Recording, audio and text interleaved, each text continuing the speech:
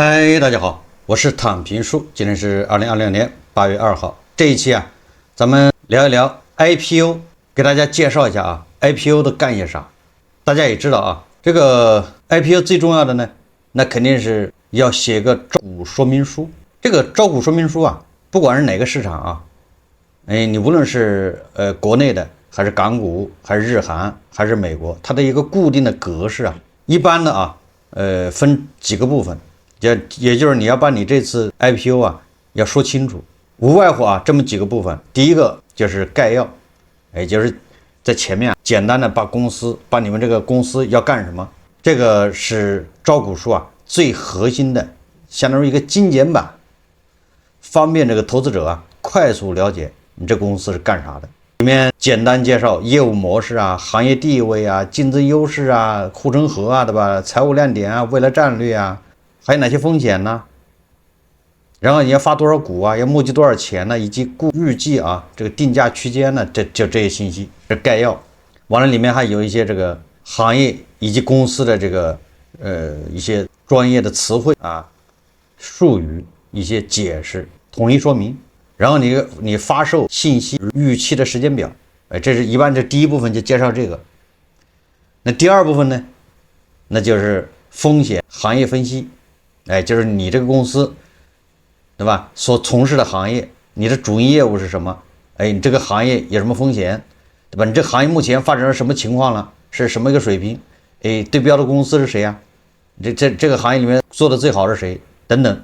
然後你這個行業的這個上下游啊、供應鏈，這個一般的啊，它都要引用第三方獨立的這個報告，行業報告，一個或者兩個，然後以此來啊。向這個投資者反饋啊，介紹我們這公司在這個行業裡面能成為什麼樣的一個樣子，能有多大的市場占有率。當然了，一般的上市的啊，都會把自己描述成這個行業裡面的標杆啊，獨一無二，或者是即使有，那也只一個，分分鐘就會被我們超過。因為你只要把行業前面加上各種定語啊，各種限制詞，你不就變成了細分行業的第一嗎？這第二部分，第三部分一般的就是公司的業務，如公司的運營，也就是我們的主營業務到底是什麼，我們的運營，對吧？商業模式、核心競爭力、專利等等啊。然後我們的控股股東是誰啊？跟控股股東之間有沒有關聯交易啊？然後再介紹啊，目前的我們董事、監事、高級管理人員，就董监高也介紹一遍，有他們的簡歷啊，還有這些董監高有沒有股權激勵計劃。那然後剩下的部分就是我們3年又一期，一般的都是這樣啊，3年又一期的報表。這財務狀況怎麼樣呢？2024年的2023年年報，2024年年報，2025年年報，2026年的第一季度的報告啊，至少你出來了。完了之後你把这個交上去，然後你還得告訴大家，那你這次募集 IPO 不是募集資金嗎？你募集資金幹什麼？用途啊，怎麼分配？那最後就是要介紹我們的股本結構、主要股東，對吧？然後這個發行的股份類別啊，等等，就這些啊。然後這個戰略投資者是誰啊？哪些，對不對？第一輪、第二輪、第三輪一共融了多少錢呢？多少人呢？對不對？這些介紹，然後就基本上招股書就完了，就這麼個東西。今天為什麼說這個呢？我要把這個招股書啊這幾個部分給大家介紹之後，實際上告訴大家啊。這個招股書啊，那水分不是一般的大。招股書，那簡直就相當於這個直播軟件啊，那個美顏功能。也就是說，誰來寫這個招股書非常重要。給你美顏開到幾級？開到8級，還是開1級？開2級？還是說沒有加美顏？所以我們今天主要聊這個啊。那為什麼聊這個呢？是因為咱們以前節目也說過，這個港股 IPO 突然一下火起來了。從24年、25年是吧，逐漸火起來。火起來之後啊，去年年底，我記得啊，港交所啊突然發了一個通告。這個通告指啊，他說2025年港股上市申請激增，招股書質量下降。這個通告中要求招股書頁數不得超過300頁。我剛才說了半天啊，你想我這簡簡單單一句話，比如說行業發展前景。那這玩意兒都得至少寫10來張啊，10來頁紙啊，這都算短的啊。然後你把行業供應鏈再介紹一遍，上下游介紹一遍，上下游裡面的龍頭是誰？你這玩意又得幾十頁，是不是？你把財務報表啊，3年又一期的財務報表，那得好幾十頁年報啊。所以說啊，那招股書啊，你稍微廢話多一點，那都是500-600頁啊。然後這個港交所受不了了啊，要求招股書頁數不能超過300頁，限時3個月內讓所有人員完成檢討糾正。我記得我在節目說過，對不對？蘿蔔快了不洗泥。這麼多內地企業跑到香港排隊上市，把內地這一套玩法帶到香港去了，香港人受得了嗎？所以香港人受不了啊，發現問題了啊！在過去2年裡，企業招股書注水問題迅速蔓延，就是開美顏，8級美顏。所以這個港交所這邊這個通知一發之後，由於在港交所那排隊上市好幾百家呀，那都面臨着改呀，要瘦身，对吧？你動不動就是500頁、800頁的，你改成300頁，那這個活就大了啊！我給大家再介紹一下，我剛才說的招股書啊，那幾個部分，每一個部分都是不同的團隊完成的。你比如說啊，你這企業的歷史沿革，你這玩意兒你這部分別人寫不了啊，只能是律師學，律師啊，哎，如果你要是在香港上市，那律師团队還分2個，一個是內地的，還一個是香港的。這2個律師還不能，你內地律師你不能搞香港那個，那你在香港沒有那個資格啊。那香港的律師你搞內地的也不行，所以他必須2個团队。好，內地的律師呢寫這個公司的歷史沿革，哎，你從什麼時候創立的，後面怎麼變更，對吧？法定代表人、大股東、二股東怎麼變的，來回他給你寫得很清楚。完了之後都沒問題啊，也就是全屬沒有任何瑕疵。這玩意是要專業一個律師團隊寫。好了，你到了那個財報部分，那玩意又是一個保薦人吶，也就是那個券商來幫你寫行業現狀，這玩意誰來幫你寫呢？又是另外一個團隊。所以說啊，一個招股說明書那是多少個團隊在這寫，不是我一個人在這編啊。反正讓我一個人編我也行，我還真編過，對吧？我什麼重組方案、重整方案，对吧？破產清算方案，什麼不是這方案我都搞過啊，一個人，對吧？你反正不會你可以學嘛，可以問嘛，把別人拿來，对不對？研究，照着改唄，對吧？反正就這結構。那我是正經啊，交易所培訓過的，我專門去培訓了3天交易所啊，所以 IPO 這個咱還是知道，但是我不是很專業啊，因為我就是培訓了3天。這個鏡像工作室啊，7月28號發表一篇文章，叫《給招股書化妝的人：港股 IPO 是如何注水的》。文章說啊，今年1月後啊，港股 IPO 行業顧問王勝突然忙了起來，他負責撰寫招股書的行業章節，這部分原本有30頁上下的篇幅，但他需要砍到10幾頁，就是除以2，恰恰呀，被刪掉的內容恰恰是他們這個團隊美顏的部分。過去他和同志們反覆打磨的表述，有的企業喜歡用方案解決提供商，比如說一站式，比如說端到端來包裝自己；有的企業將自己的賽道限定在某個狹窄領域，就是說你只要前面的這個定語加得多，你絕對是第一。比如說你是42歲，對吧？那你就叫中年組武術比賽，是吧？中年組第一。但是42岁你有可能打不过那誰，对不对？那可以再给你限定一下，叫42歲安徽省，是吧？這個第一，安徽省還不一定行，對不對？那後面再給你加一個安徽省安慶市。如果安慶市還不行，那再給你再加一個，對吧？加一個哪個區，哪個區也不一定打得過，對不對？說不定藏着高人，是不是啊？那你再加個定語，本科畢業，如果本科畢業還不行，那你就再加一個985。那你只要這麼一限定啊，你絕對是第一，沒毛病啊。你再不行把身高體重再限定一下，這不就排第一了嗎？絕對的，對吧？你沒有對手啊。所以說包裝就這麼包裝的，你這樣你把你那個賽道搞得越細越好，越細分，你絕對排第一，就是細分賽道的龍頭。當然現在由於啊人工智能火，那你就得把自己往硅基往人工智能那兒包裝，是吧？想辦法跟它掛鈎啊。這叫美顏啊。而港交所啊反饋很直接，港交所沒什麼好說的，就一句話，請刪除營銷相關的話術，你不要玩那個大字營銷，對吧？大字廣告，小字免責那一套，對吧？你吹的天花亂墜的，你花300多張來吹自己，後面就加一句話來免責，不都這麼玩嗎？所以說港交所說了，哎呀，你得把你的營銷話術全刪掉。哎，營銷話術一刪掉，美颜一刪掉，它立馬就，对吧？就少了一半。根据港交所的数据啊，2025年全年港交所共收到并確認516宗新上市申請。而萬德數據顯示，2022年到2024年3年中，港交所每年新上市申請企業都未超過100家。所以從2024年開始嘛，2025年對吧？大躍進，激增的企業中有籌劃 A 加 H 兩地上市、布局國際化資本運作的 A 股上市公司，有 A 股上市受阻後轉道而來的企業，也不乏另一類，他們背着對賭協議，需要在約定時間前完成上市。這個萬達王老闆的那個叫什麼？萬達資管是吧？哎，萬達商管呢？哎，就這個性質啊，將港股視為最可行的退出通道。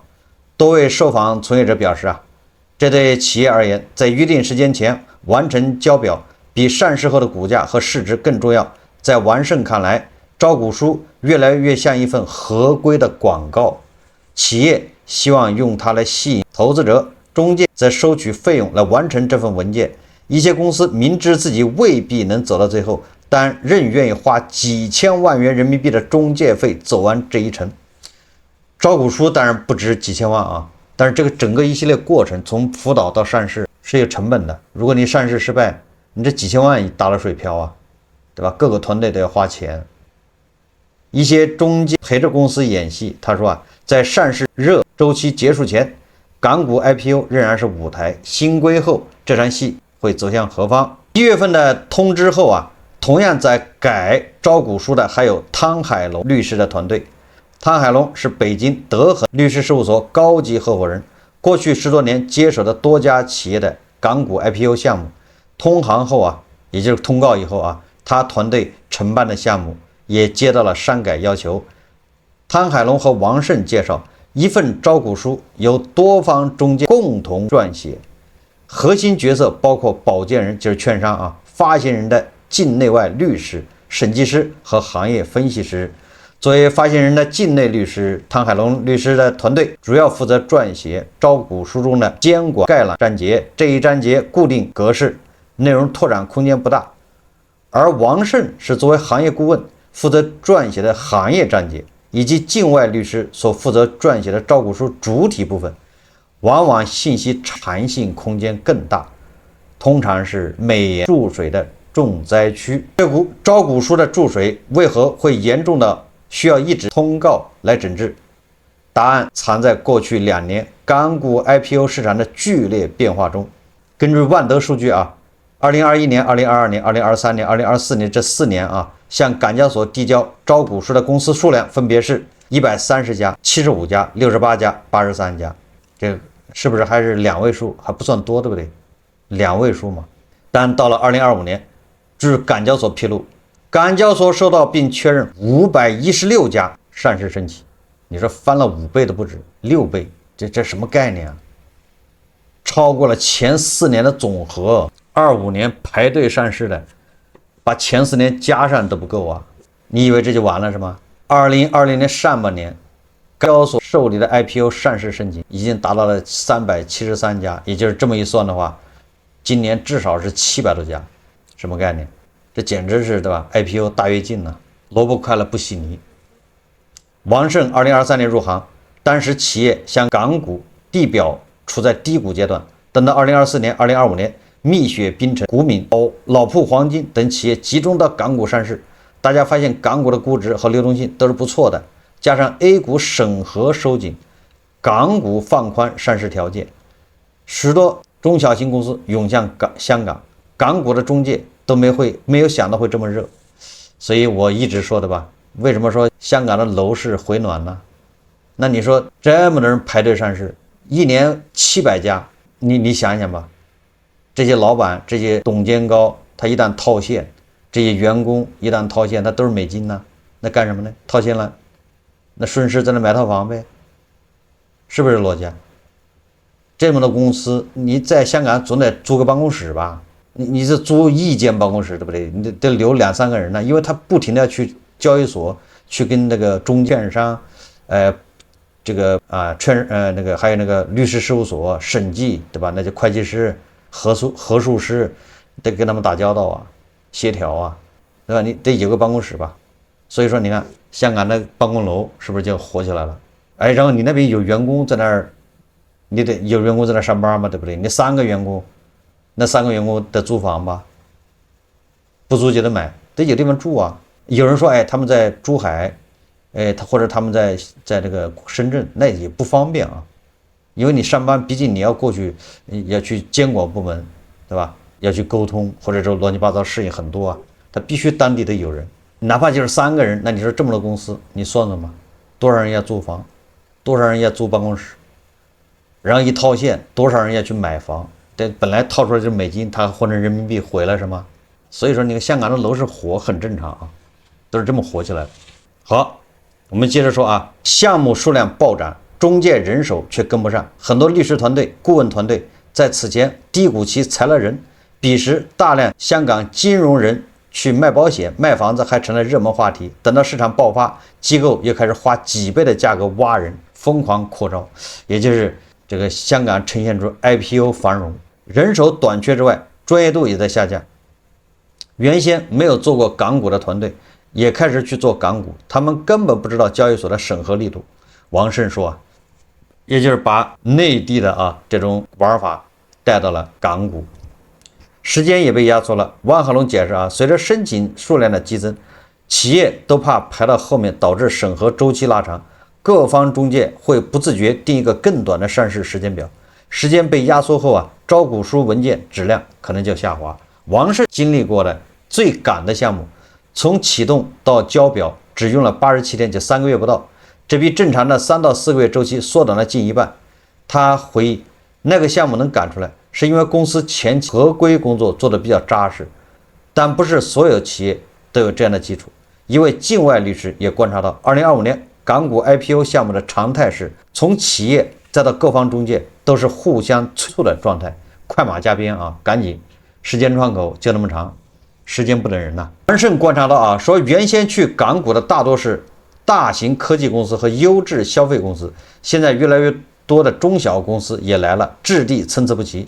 這些企業本身業務亮點有限，但又有強烈的上市需求，他們往往與投資人簽訂對賭協議，必須在規定時間內完成上市。你說那個萬達商館就是這樣的啊。所以萬達商館為什麼上不去啊？大家回憶回憶吧啊！24年，北京大成律師事務所合夥人齊金基長期關注資本市場，他將這輪上市熱潮驅動力歸結為幾層。前幾年一級市場火爆，大量企業與投資人簽訂對賭協議，約定在一定期限內完成上市，否則需承擔回購或賠償責任。而隨着 A 股上市通道收窄，港股 IPO 門檻降低，週期又短，企業赴港上市便出現了爆發式增長。這波湧入的企業面臨的是和 A 股不同的一套規範。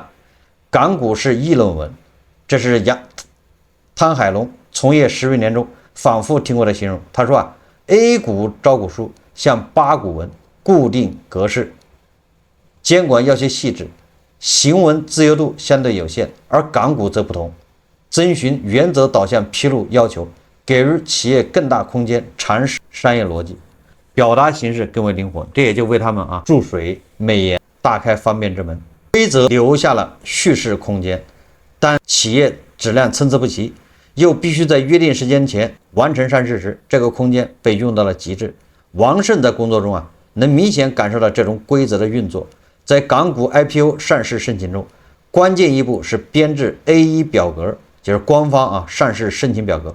其中包含招股書初稿，提交後招股書初稿一般會掛網6個月以上。以往他接觸的很多企業會想在初稿版本中加入更多的宣傳話語。在他的理解中，港股是買方市場，發行人自然需要想辦法吸引投資人，這無可厚非。新規前，雖然港交所會駁回初稿，要求刪掉宣傳性強的語言，但修改期間這一版掛網可查，企業做非交易性路演、商業計劃書時，還能與招股書初稿的宣傳內容一一對應。嚴格意義上就是一個廣告，也就是抓住這個機會、這個漏洞啊，相當於打了一個廣告，在港交所那網上掛着呢，第一版，實際上那第一版不行啊，那打回去要改的，但是不管，我先吹出去了，对吧？行業第一，各種跟那個人工智能掛上鈎了，只是改完之後那再說唄，啊，所以說好多人就利用這個機會啊，他先吹一版再說，行業是默許的。湯海龍也發現，到了2025年，很多從業者私下開玩笑說，港股 IPO 的招股書變成了宣傳冊。楊玉在香港頭部律所從事10年，負責招股書主體部分的撰寫。他觀察到，過去10年，招股書的頁數逐漸從300-400頁增加到了600-700頁，你看翻倍啊！等到2025年之後，隨着企業數量和新手中介增加，注水的範圍和手段隨之升級，招股沒有新故事可講。講故事的語言開始膨脹。王勝常常想，申請上市企業仍在招股書中追逐的 AI 故事，早已有很多企業講過了，故事已經被前面第一波人講過了，第二波的人沒有新故事可講，自然會注水。這個咱們應該很理解啊。你就像唐詩一樣的，唐詩到了高峰，到了宋朝人沒法再超過了，那詩就那麼，對吧？那些格式固定的。然後寫的就是不是，對吧？瀑布就是什麼？就是花、長江，反正就那些東西。寫景没得再寫了，所以到了宋代開始玩詞，對吧？唐詩宋詞嘛。哎，宋代詞玩到極致，對不對？你後面人詞也沒法寫了，那你詞就寫青樓嘛，对不对？好，到了元朝只能玩元曲，是不是？话劇。沒辦法，這都被逼的啊！到了明清開始玩小說，招股書就這意思。那你那個前面人 AI 的人家已經吹完了，你這個 AI 你怎麼吹呢？那換種吹法呀！到了2020年6月份，港交所 IPO 審查聯席主管劉穎再次將招股書問題擺上台面。他直言啊，通函後就是通告後啊，遞交的招股書能在篇幅上達到要求，但仍有部分企業招股書草稿曾在文字化、商業模式介紹不清、美化行業排名、收入確認方式模糊等問題。他強調 ，IPO 審核進度因注水被拖慢。香港證監會披露，截至2025年末，已有16宗 IPO 項目因招股書質量低劣暫停審理。一份注水的港股 IPO 招股書是如何被制造出來的？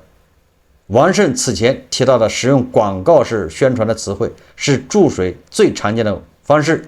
新規前，港交所會舉例一些宣傳的詞彙，比如前文提到了方案解決提供商、端到端、全站式這類表達，反饋相關中介，要求刪除類似的營銷相關話術，比語言包裝更進一步，這是重新定義自己的賽道。湯海龍留意到，一些企業為了增加對投資人的吸引力，會在招股書中加大量的限定詞。你看啊，就是我剛才舉例子的啊，只要你這個前面定語加的越多，你絕對是第一啊！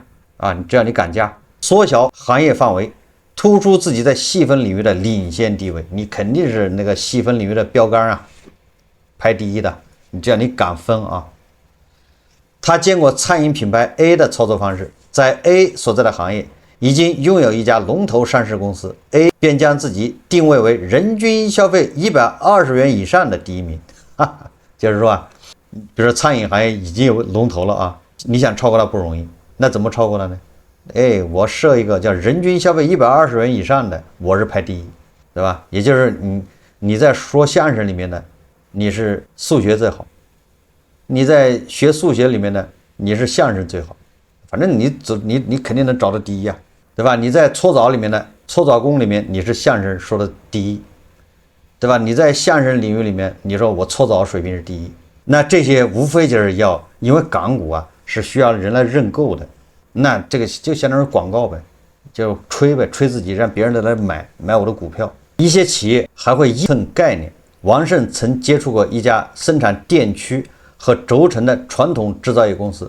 對方硬要在行業章節將企業包裝成具身智能公司。A1 表格發布後啊，香港联交所質詢公司和行業顧問，要求刪除與公司業務不相關的內容。港交所覺得這些內容看不懂。王勝說，這2年隨着大模型公司赴港上市， AI、具身智能、低空經濟等字眼在招股書的出現頻率變得越來越高，一些業務非常傳統的公司都傾向於往新興行業靠近，大家的想去表述的比較花哨，但這並不意味着所有提及 AI 都是注水。王勝的客戶中也有原先是勞動密集型的企業，借助 AI 實現了降本增效。他講 AI 完全說得通，關鍵是故事符不符合實際。注水一步步加強，最終來到紅線面前。上海爵瑞律師事務所合夥人郭蒙律師有豐富的民商事訴訟經驗，他和團隊接觸過的 IPO 訴訟案例中，被起訴的上市公司有的財務數據存在造假、虛增收入、關聯公司走賬、陰陽合同、虛構交易等，這類給投資人帶來誤導，造成重大經濟損失，因而被投資人起訴。在這類案件中注水和造假往往並存。發生爭議時，招股書中注水部分，企業能自圓其說，投資人在客觀上舉證難度大，可左可右的東西，法院不太好去認定。而造假的部分更容易被認定為欺詐，也更容易被認定與投資人的損失存在關聯。郭蒙總結出一個清晰的認定次數，最容易認定的往往是企業已經因欺詐被監管機構處罰過的情形，法院可以將處罰決定作為初步證據。其次是企業有明顯的財務造假行為，能達到欺詐程度的情形。最難認定的恰恰是招股書中那些誇大宣傳的情形。那人家在下面再加個小字免責，對吧？加上最後加上那麼一句話，那他一點責任都沒有了。有些時候虛假事實和語言包裝的邊界常常在中介機構和公司的角力中變得模糊。早在通告出來前，王勝就对企業一些用詞方式感到疑慮。我會問企業，你有沒有實際業務？有沒有做出一點量？有沒有收入？如果什麼都沒有，只是願景，就沒有必要往上放。但遇到串說不動的企業，他只能先按對方的要求寫。我們畢竟是乙方，這類文件遞交後港交所往往會給出反饋，讓中介修改。語言脫離公司的實際業務，誤導投資人是王勝最常收到的反饋。問詢來得很細，涉及發行人、保薦人、行業顧問、律師各方。王勝說他們需要基於某些事實去解釋當初為什麼這樣寫，而不能直接說是企業要求寫的，也就是黑鍋還要背明明是企業，對吧？就沒這業務，他對吧？一個造生產陶瓷的，他非說他是搞叫什麼具身智能機器人，那你說怎麼辦？那中介拿人錢財替人消災呀，那只能這麼寫往上靠完這個對吧？監管立馬發函問，說你家眼瞎是嗎？他哪兒有具身這個智能的這個業務然後中介還得解釋這他不能說這是企業讓我寫的他不能，他還得說哎呀，這個未來發展是吧？這陶瓷這變成關節對吧？骨骼這機器人它也得有牙，對不對？那個牙那就用這個對吧？這些陶瓷的就非常好，更逼真，是不是那你說怎麼辦呢？王勝在接觸中也發現，科技型企業的年輕創始人大多相信專業團隊的意見，而傳統型企業的創始人往往50-60歲，不太懂上市規則，更期待中介將企業美化，二者觀念差異很大。也就是这老登老登更喜歡閉着眼吹博弈的遊戲。新規發布後港股中介機構們開始挑選項目了。為什麼呢？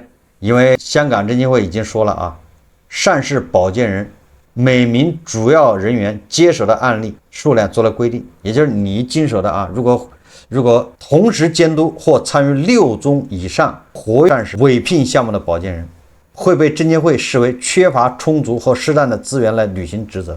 就像那個獨董一樣的，獨董你不能超過5家，你任獨董你同時只能最多任5家上市公司的獨立董事，一个意思他这個就是你最多你只能給6家上市企業做輔導，就是你這一個人那也就是給你定了個上限，那也就是你不能是無限制的接單。那這樣的話，那既然我只有6家，那他就可能就開始挑了王勝觀察到，很多中介機構開始放棄一些不靠譜企業的上市委託，這些企業質地不行，上市容易無限期推遲，占着保荐人的名額，影響別的項目。王胜自己也在做選擇，有些企業底層商業邏輯不夠扎實，缺少護城河，他一般會選擇婉拒。這些企業交完 A1 表格後啊，也不一定能夠通過聆訊。雖然中介費照收，但不符合他的底線。王勝回憶啊，新規剛落地那段時間，手頭所有的存量項目招股書都要刪改，已經定稿的400-500頁要強行壓縮到300頁以內。圖和表格怎麼處理？是不是一個圖表能表述2個意思，又能讓監管和投資人看得懂？那個時候真的挺累的。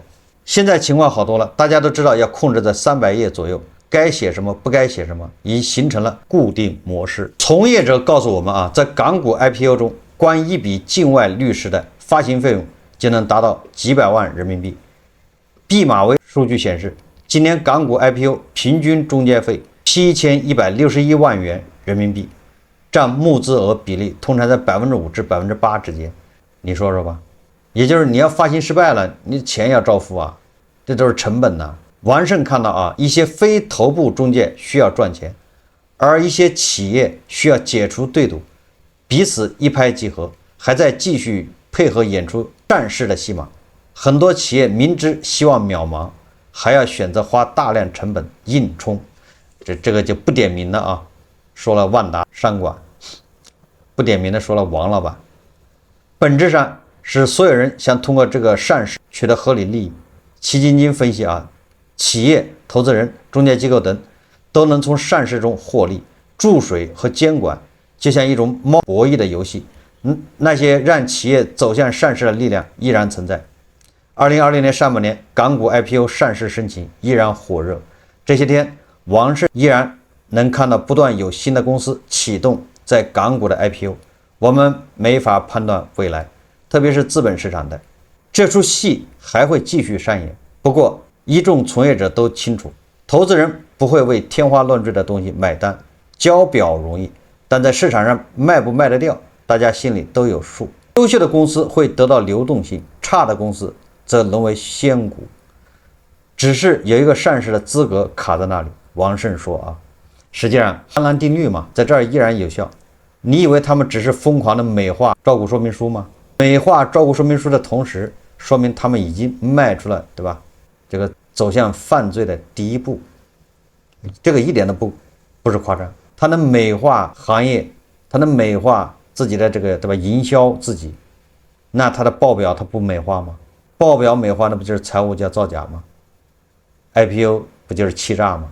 所以你看啊，前不久是不是港交香港證監會讓那個富途吧，哪個券商裡面1.2億港元凍結？我在節目介紹了，對吧？為什麼凍結啊？因為涉及 IPO 造假，具體哪家上市公司造假，他沒有說，咱還不知道，未來一定會知道。也就是說啊，港股已經有 IPO 造假的了。你想想，這麼多都在美化招股說明書的，那出現造假，那不太正常了嗎？他為什麼要美化呀？他不就是想上市嗎？那為了上市他造假，這有什麼不行的呢？所以我說蘿蔔快了不洗泥，對吧？港股啊也被玩壞了，這個目前還看不出來是吧？但是過個2-3年就看到這恆生指數啊、恆生科技股啊會是什麼個景象？水給滾了，這樣下去啊，港股的流動性會越來越差。實際上現在港股的流動性靠的是內地的資金啊，對吧？什麼叫南下是吧？好，這是關於招股說明書這些問題，今天咱們就聊到這裡，感謝大家收看。如果喜歡我的節目啊，歡迎訂閱、點讚、評論，謝謝大家。